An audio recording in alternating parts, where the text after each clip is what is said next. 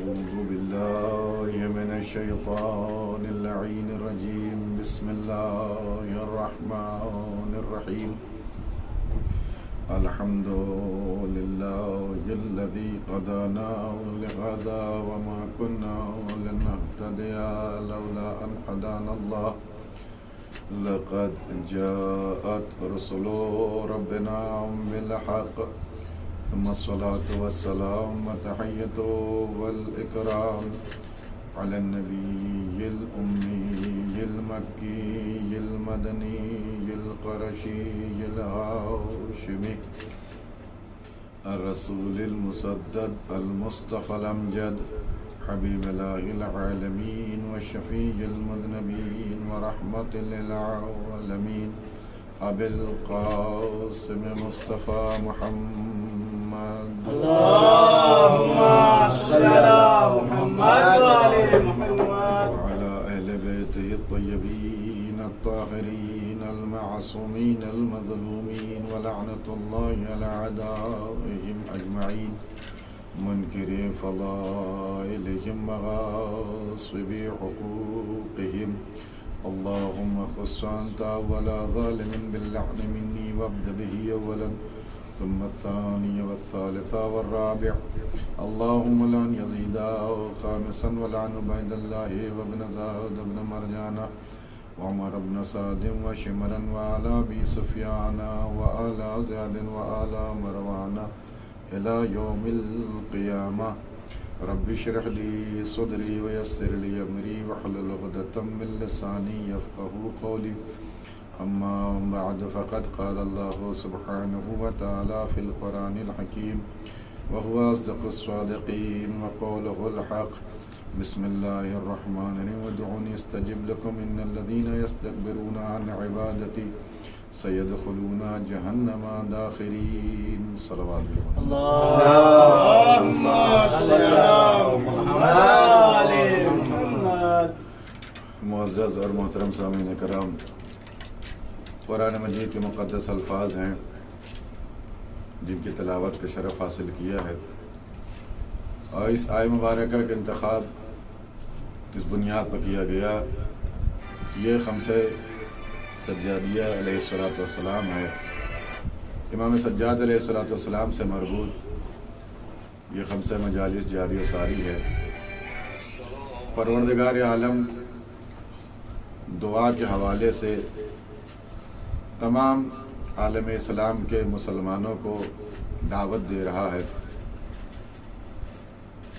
اور اس آیت کے زمرے میں میں آپ حضرات کی خدمت میں بیمار کربلا حضرت امام زین العابدین علیہ السلام سے جو اسلام کو دو اہم فائدے ملے ہیں، اور اس رؤوف امام نے دین کی استقامت اور اس کے استحکام کے لیے دو مؤثر چیزیں عطا کی ہیں، وہ اپنے آپ میں ایک مثال ہے، اور ان دونوں چیزوں کی افادیت اور دونوں چیزوں کا تاثر اسلام میں کسی حد تک تمام علماء حتیٰ کہ فریقین میں بھی قبول کیا ہے۔